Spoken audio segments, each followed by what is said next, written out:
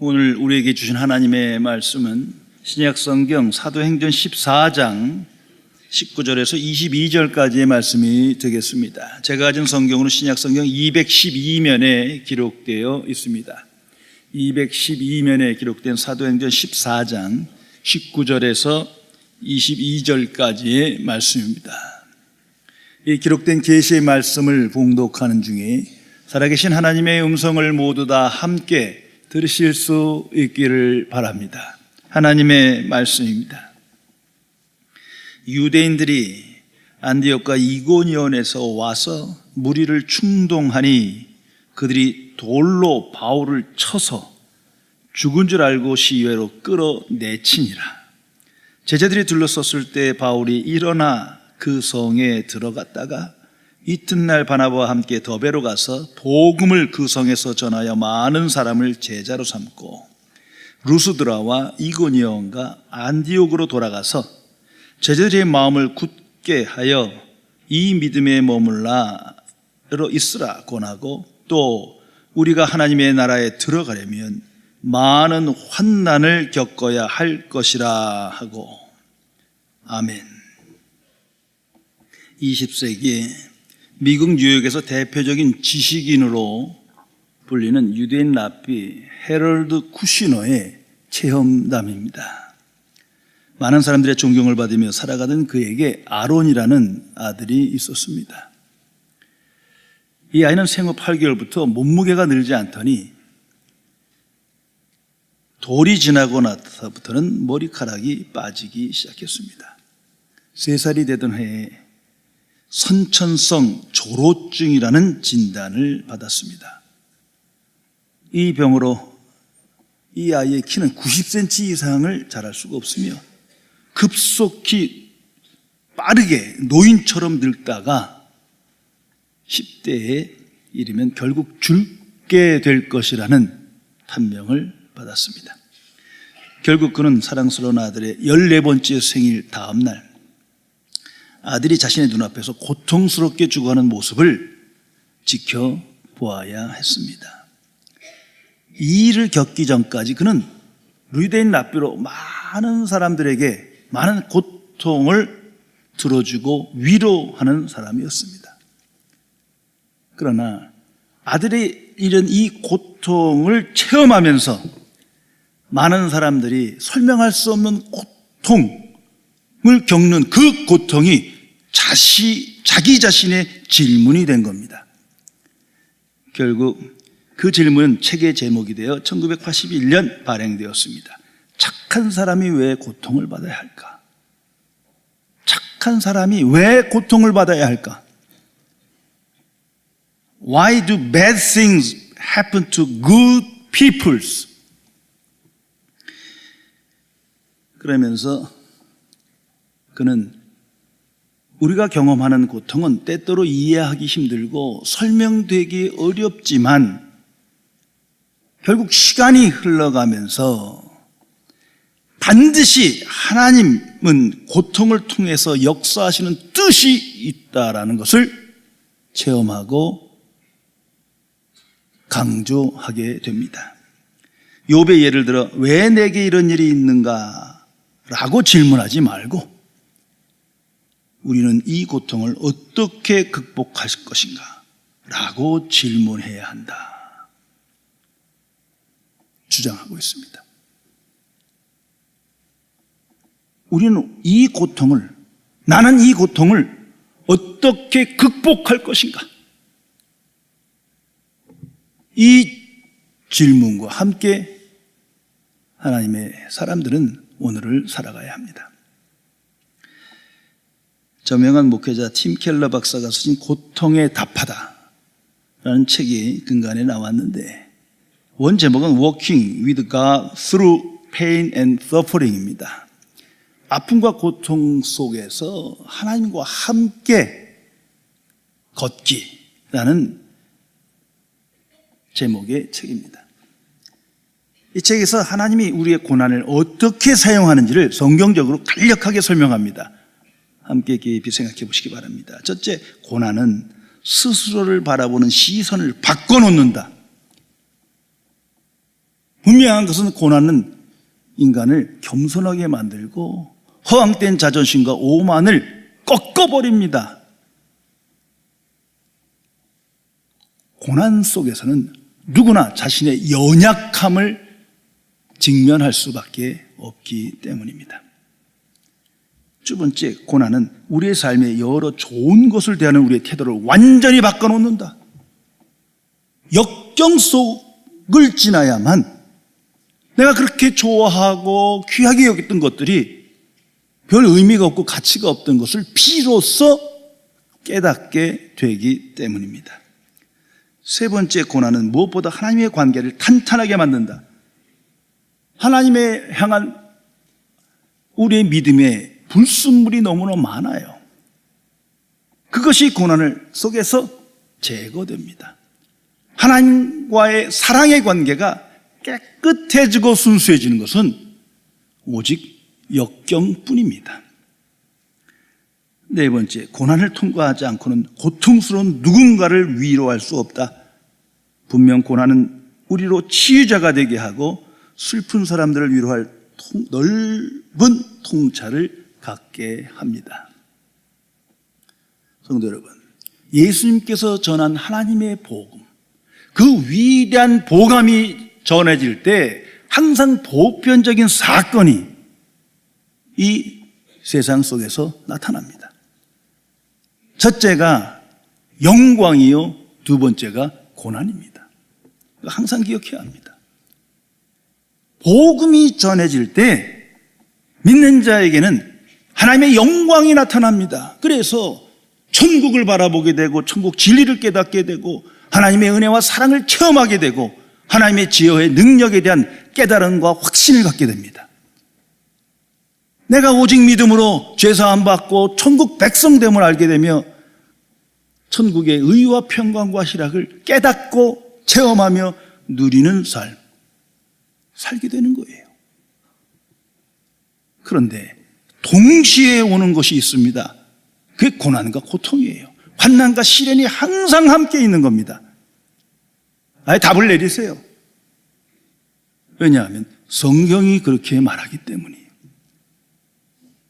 하나님의 말씀이 항상 그것을 우리에게 선포하기 때문입니다. 예수님의 생애를 보세요.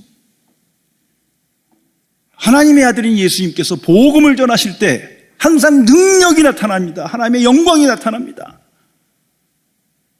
그래서 하나님을 찬양하고 하나님의 은혜에 감사하는 일이 생깁니다만 동시에 고난과 환난과 시련과 고통이 뒤따랐어요. 항상 그랬습니다. 믿음의 사람들 예외가 없어요. 믿음의 조상 아브라함을 생각해 보세요. 그가 하나님을 믿음으로 약속의 땅을 떠났지만 모든 것이 시련이요 역경이에요. 그는 하나님의 영광을 보고 기뻐했지만 그럴수록 세상에서는 많은 고통의 사건을 겪었습니다. 모세도 다윗도 그랬고 수많은 선지자들이 그랬고 위대한 사도들이 그랬고 초대 교인들이 그랬어요. 오늘도 이런 일은 계속 함께 되어지는 것입니다. 오늘 가장 큰 문제가 바로 여기 있어요. 하나님을 믿고 복음을 영접한 사람들이 하나님의 말씀을 왜곡해서 영광만을 구하는 거예요. 예수 믿고 하나님의 능력만을 구해요. 복음적인 사람이 되고 천국 백성 되면 환난과 고통과 시련과 역경이 없을 거라고 생각하는 거예요. 그런 성경 말씀 없어요. 이걸 분명히 알아야 합니다. 몇 년 전에 제가 중국의 대표적인 난징 신학교, 어떻게 보면 의미상 그거 하나뿐이에요. 거기에서 이틀 동안 그 중국 목회자를 대상으로 강연을 한 적이 있는데 전 그때 그분들의 질문을 잊을 수가 없어요. 다 각각이 뭐 5,000명, 10,000명, 작게는 2,000명 그런 담임 목사님들이에요. 그런데 몇몇 분들이 질문 1시간 동안 그 질문을 계속 던지는 거예요. 그게 뭐냐면 지금 중국에 뭐 1억 명이 넘는 크리스찬이 있다 하지만 큰 병에 걸렸다는 거예요. 왜? 이 번영의 복음 때문에. 그래서 병이 걸려도 병원을 안 가. 왜? 기도하면 예수님께서 건강을 주실 거니까. 공부도 안 하고 열심히 성실하게 살질 않아요. 왜? 기도만 하면 하나님께서 번영을 주실 거니까. 완전 기복신앙에 빠져갖고 이게 기독교입니까? 하면서 그 질문을 던지는 거예요. 이거 잘못된 거 아닙니까? 그래서 잘못된 거죠. 했더니 뭐라는지 아세요? 왜 이런 일인지 아십니까? 이거 한국 기독교 때문입니다. 대형교회 목사님들이 오셨고 방송을 통해서 그 설교를 듣고 다 이렇게 돼버렸습니다. 예수 믿고 복 받고 만사 형통하고 내 소원이 이루어진다고 하면서 이게 한국교회 잘못이라서 제가 대표로 사과했어요. 그러면서 말씀했어요. 그런데요, 이건 각자의 책임이 있습니다. 왜? 성경이 그렇게 말하지 않기 때문에. 십자가의 복음, 그 복음에 집중하면 무엇이 잘못됐고 이게 얼마나 엉터리인지를 알 텐데 내 편한 대로만 듣고 싶은 것만 들었기 때문에 결국 자기 책임입니다. 그랬더니 인정하시더라고요. 복음에는 항상 영광과 고난이 함께 있다는 것을 기억해야 합니다. 오늘 성경 말씀은 루스드라라는 지역에서 일어난 사건입니다. 사도 바울이 1차 전도 여행을 가다가 마지막에 들른 곳입니다. 그곳에서 사건이 생겼어요. 그 사건의 정황은 오늘 본문 이전에 8절부터 18절에 기록됩니다. 예배 후에 한번 읽어보세요. 내용은 이렇습니다. 사도 바울이 그곳에 가서 복음을 전했는데 그 복음과 함께 이적이 나타났어요. 하나님의 영광이 나타났습니다. 나면서부터 걷지 못하는 이가 벌떡 일어나 걸어다니는 거예요. 이게 얼마나 충격을 받았겠어요. 이걸 사도 바울이 한 일이라고 생각하고 그들이 신이 현현했다, 신이 나타났다 하고 막 기뻐하고 축제를 벌이며 이 사도 바울을 놓고 예배를 드리려고 그러는 거예요. 제사를 지내려고 그러는 거예요. 깜짝 놀라서 막 필사적으로 그들을 말립니다. 그것이 기록되어 있어요. 그런데 잠시 시간이 얼마 지나지 않아서 다른 곳에서 유대인들이 와서 이 사도 바울을 모함하는 거예요. 충동하니까 그 무리들이 그 충동에 넘어가서 이제는 죽이려고 해. 그게 오늘 본문이에요. 돌을 쳐서 죽이려고 했어요. 실신을 하니까 죽은 줄 알고 성 밖에다 내어 던져버렸어요. 이건 계시적인 사건입니다. 복음의 사건이 이와 같다는 거예요. 이 군중, 이 인기, 찬양, 군중식 항상 변하는 거예요. 상황에 따라 변하는 거 아닙니까? 복음과 세상으로부터의 인기는 별개입니다. 착각하지 마세요. 복음의 사건은 항상 이와 같습니다. 위대한 사도 바울이 성령 충만하여 하나님의 복음을 전할 때 영광이 나타나고 동시에 환난과 고통과 핍박이 있었다는 것을 우리에게 말씀해 줍니다. 이 사건 속에서 사도 바울은 우리에게 귀중한 하나님의 말씀을 전합니다. 성경이 주는 우리에게 주시는 하나님의 말씀입니다. 그것은 하나님 나라에 들어가는 길이 세 가지 있음을 우리에게 말해줍니다. 22절 말씀입니다. 제자들의 마음을 굳게 하여 이 믿음에 머물러 있으라 권하고 또 우리가 하나님 나라에 들어가려면 많은 환난을 겪어야 할 것이다 말씀합니다. 먼저 마음을 굳게 했어요. 구원받은 그리스도인의 마음은 오직 한 마음이어야 합니다. 오직 한 분이신 여호와 하나님, 창조주 하나님, 그리고 유일한 구세주이시며 구주이신 예수 그리스도, 그 하나님을 향한 한 마음이어야 돼요. 그런데 죄인들의 마음은 이게 여러 가지 마음이거든요. 항상 마음이 흔들려요. 내가 구원받은 줄 알고 하나님의 자녀됨을 알면서도 세상 속에서는 자꾸 흔들리는 거예요. 군중심리와 같이 상황에 따라 움직이는 거예요. 의심도 하고 회의도 느끼며 망각도 하고 소홀히 여기고. 성공한다고 하나님의 말씀 듣는 거 아니에요. 성공해서 기뻐서 더 잊어버려요. 실패하면 하나님을 원망하고 불평해요. 이 세상의 변화의 소식에 따라 마음이 자꾸 흔들리는 우리의 모습을 봅니다. 그래서 성경은 말합니다. 하나님에 들어가는 길은, 나라에 들어가는 길은 마음을 굳게 하는 거다. 오직 예수 그리스도께 마음을 고정해야 합니다. 예수님의 십자가와 부활 사건에 마음을 고정해야 돼요. 그 마음을 갖는 것이 성령의 역사입니다.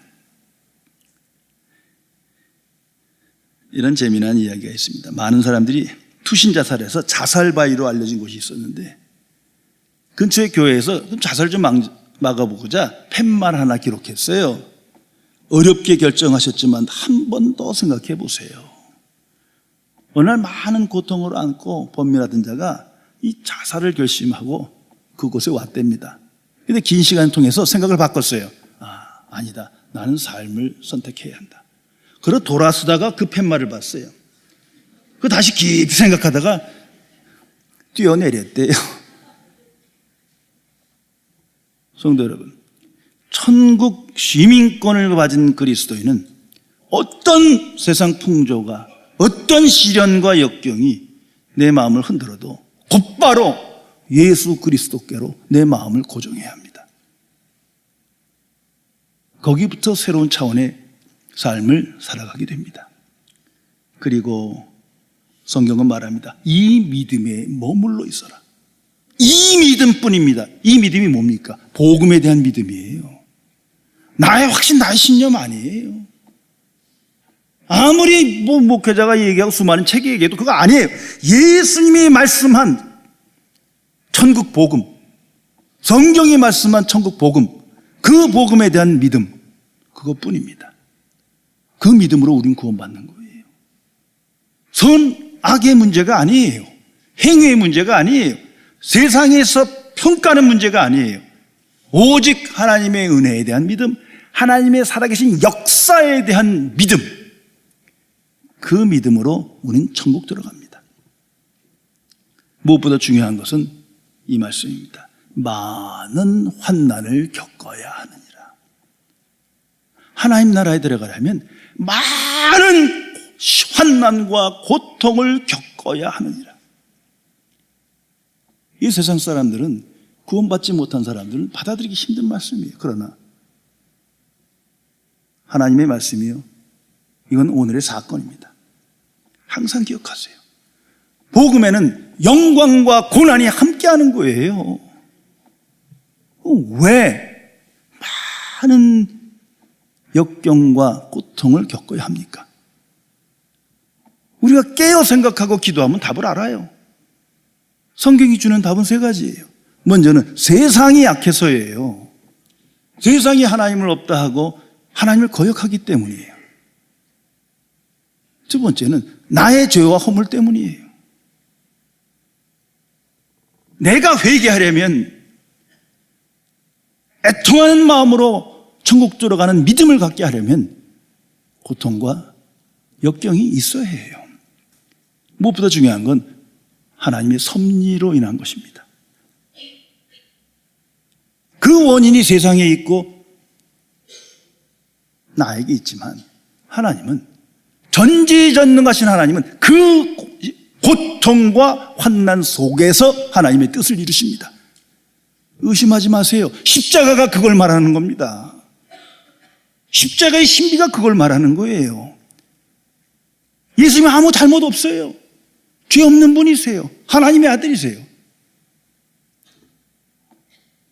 그러나 엄청난 환난과 고통을 겪습니다. 피 흘리며 죽으십니다. 하나님은 그 속에서 역사하셨습니다. 그 속에서 하나님의 뜻을 이루어 구원의 길을 여신 거예요. 분명히 기억해야 합니다. 그런 거로 구원받은 하나님의 자녀는 명료하게 답을 내려야 합니다. 이 세상의 모든 환난과 고통, 아니 내게 주어진, 내가 직면한 오늘의 시련과 고통, 이 모든 건 천국 향하는 길입니다. 천국으로 향하는 길이에요. 다시 한번 생각해 보세요. 이 세상은, 아니 우리조차도 하나님의 말씀 잘 안 들어요. 듣긴 들어도 귀로만 들어요. 머리로만 들어요. 순종하지 않아요. 그런데 듣지 않을 수 없을 때가 있어요. 그게 고통의 사건이에요. 안 믿는 사람도 환난과 시련 속에 말씀을 듣습니다. 고통의 사건의 음성을 듣는 거예요. 정신이 번쩍 나는 거죠. 그 일이 없이는 하나님의 사람이 되지 않기 때문입니다. 한번 생각해 보세요. 내가 병들 때입니까? 건강할 때입니까? 어느 때 더 하나님의 말씀을 귀중히 여기고 말씀을 묵상하십니까? 이 뻔한 답 아닙니까? 고통 중에 있을 때예요. 어느 인간도 하나님과 너무 멀리 떨어져서 그만큼 타락해서 고통 없이는 하나님께 나오지를 못해요. 이거 분명히 알아야 합니다. 특별히 죽음의 그림자가 엄습할 때는요, 세상이 얼마나 헛되다는 걸 알아요. 하나님 말씀은 안 믿어도 죽음의 사건 앞에서는 알 수밖에 없는 거예요. 이게 하나님의 섭리예요. 세상이 얼마나 험하고 잠깐 지나가는 인생임을 알고 이게 쉴만한 곳이 못 된다는 걸 알아요. 그제서야 비로소 하나님께 기도하기 시작하는 거 아닙니까? 그리고 고통과 환난은 우리로 하여금 세상에 대한 잘못된 이해를 깨끗하게 없어줍니다. 이거 아무리 공부하고 뭐 기도하고 말씀대로 살고 뭐 해봐요. 안 돼요. 시련과 역경의 사건이 있어야만 세상이 뭔지 알아요. 더 이상 세상에 속지 않아요. 세상을 분명히 알게 돼요. 세상에 안주하라는 마음이 없어져요. 세상의 허물을 드디어 깨닫게 됩니다. 그리고 고통과 환난을 통해서만 우리는 안식을 추구해요. 영원한 안식을 갈망해요. 예수님께서 수고하고 무거운 짐진 자들아, 정말 세상에서 역경을 겪어야만 안식을 갈망하여 예수님께 나오는 거예요. 아니면 안 와요. 나 이대로 좋은데 못하라 예수님을 믿어. 그 사람 감당할 수 없는 역경과 시련이 주어진다면 하나님 말씀 안 들어도요, 고통이 주는 사건에 귀를 기울일 수밖에 없어요. 성도 여러분, 위대한 하나님의 사람 다윗, 성경에서 가장 칭찬하는 다윗, 그의 인생 고백, 신앙 고백에 귀를 기울여 보세요. 시편 119편 67절에 있는 유명한 말씀입니다. 고난당하기 전에는 내가 그릇 행하였더니 이제는 주의 말씀을 지키나이다. 항상 기억해 보세요.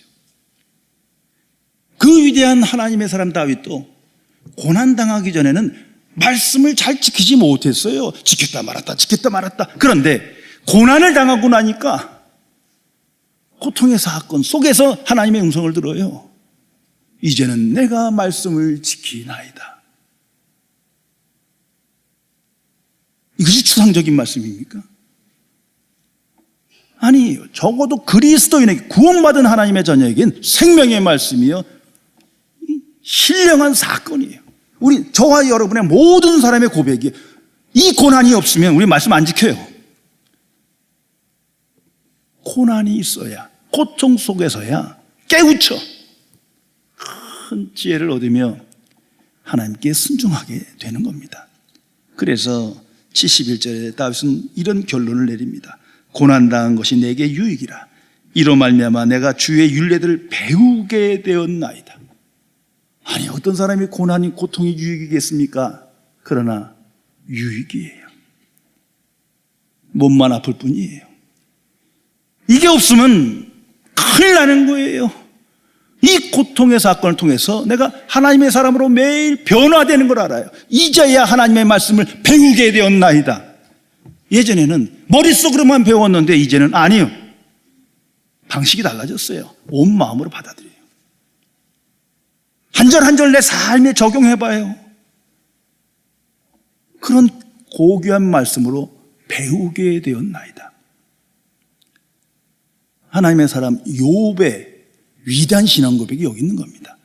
그는 하나님의 사람으로 하나님을 경외하며 의인이 있다 말했지만 자신의 잘못이 별로 없어요. 엄청난 시련과 역경을 겪지 않습니까? 그 후에 그는 욥기 42장 5절에서 말합니다. 전에는 주께 대하여 귀로만 들었는데, 지적 이해로만 생각하고 배웠는데 이제는 주를 눈으로 봅니다. 전인격으로 온 마음으로 하나님을 향하는, 하나님과 함께하는 삶을 고백합니다. 여기서 예외적인 사람은 아무도 없습니다. 그래서 하나님의 사람 루터는 말합니다. 고난은 하나님을 이전보다 더 알아가는 길이며 주님을 더 섬기고 닮아가는 길이다. 그의 유명한 선언이 있습니다.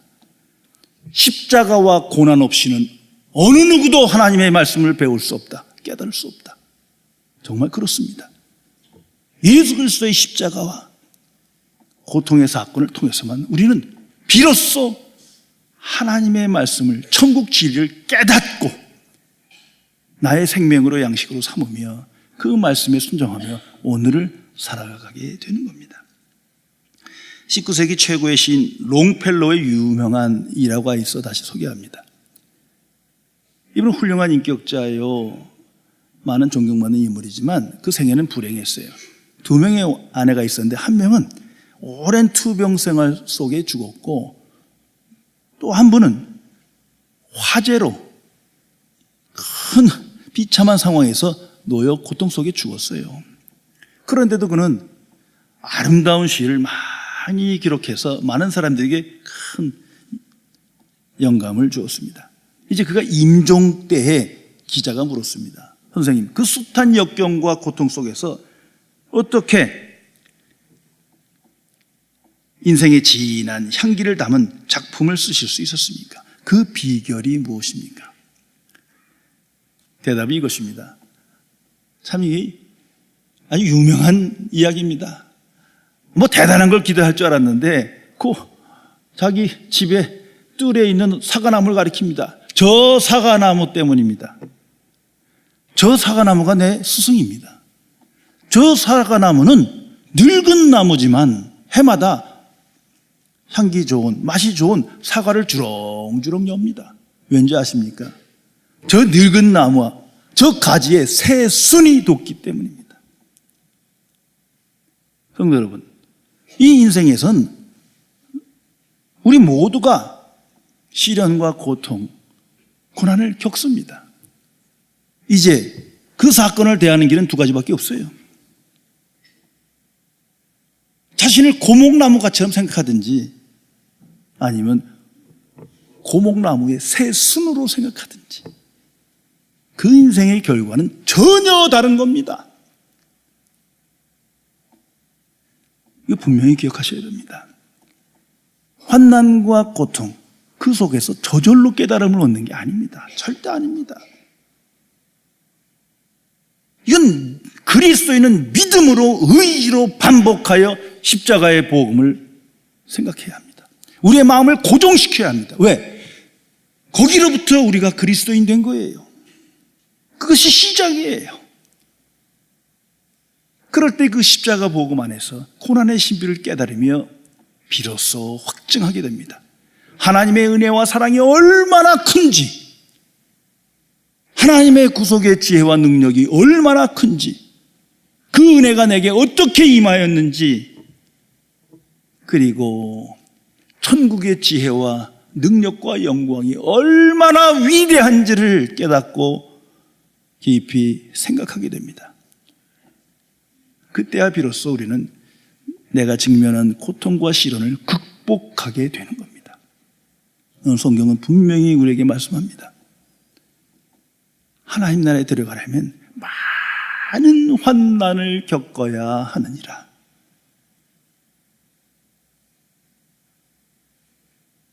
사도 바울은 삶을 통해서 직면하는 거예요. 오직 복음을 전하는데 영광만 나타나는 것이 아니라 고난과 고통과 박해가 함께 있는 거예요. 그는 이제 비로소 하나님의 섭리를 깨닫습니다. 이 많은 환난은 하나님 나라로 향하는 것이구나. 하나님 나라를 가는 길이구나. 그러기에 말씀합니다. 환난 없이는 하나님 나라에 들어갈 수 없느니라. 그런 거로 그리스도인은 믿음으로 이 진리를 따라 어떤 시련과 고통 속에서도 먼저 천국을 묵상해야 합니다. 깊이 상고하며 갈망해야 합니다. 그 속에서 성령께서 우리에게 위로를 주시고 지혜를 주시고 힘과 능력을 주시어 그 시련을 극복하고 넉넉히 이기는 위대한 인생을 살아갈 수 있는 겁니다. 사도 바울의 사건을 보세요. 그는 돌로 쳐 맞아 죽어 시체가 된 것처럼 버려졌지만 다시 일어나서 그 성으로 들어갑니다. 그들이 깜짝 놀랐을 거예요. 뭐 이런 인간이 다 있어? 그런데 거기 가서 또 복음을 전해. 그것이 오늘 우리에게 주시는 사건의 메시지예요. 그러면 어떻게 이렇게 위대한 용기, 능력의 삶을 살아간 겁니까? 내가 겪은 이 환난과 고통은 천국으로 향하는 길이에요. 나뿐만 아니라 누군가에게, 이방인들에게 천국 문이 열리는 하나님의 역사임을 믿었어요. 그래서 그가 믿은 천국 복음을 다시 증거합니다. 모든 그리스도인의 천국 백성들의 삶이 뜻하는 겁니다. 이와 같이 용기 있는 어떤 시련과 고통도 극복하며 이것은 천국으로 향한 하나님의 길이다. 그 섭리 가운데 주의 말씀을 묵상하며 깨어 생각하고 기도하며 복음의 증인으로 오늘을 살아가야 할 것입니다. 기도하시겠습니다.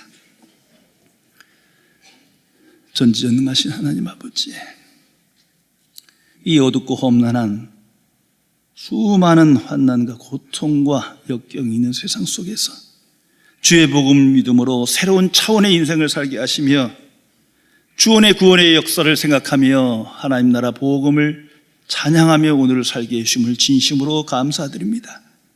그러나 너무나 연약하고 우리의 죄와 허물로 인해서 계속해서 흔들리며 온전한 믿음으로 살지 못하는 우리를 불쌍히 여겨 주옵소서. 많은 환난과 고통을 통해서만 하나님 나라 들어갈 수 있는 온전한 믿음의 사람, 굳센 하나님의 사람이 되어질 수 있음을 확신하며 이 놀라운 천국 비밀의 증인으로 하나님의 위로와 지혜와 능력을 힘입어 넉넉히 환난과 고통을 이기며 하나님께 영광 돌리는 삶을 살아갈 수 있도록 함께하여 주옵소서. 우리 주 예수 그리스도의 이름으로 간절히 기도드리옵나이다. 아멘.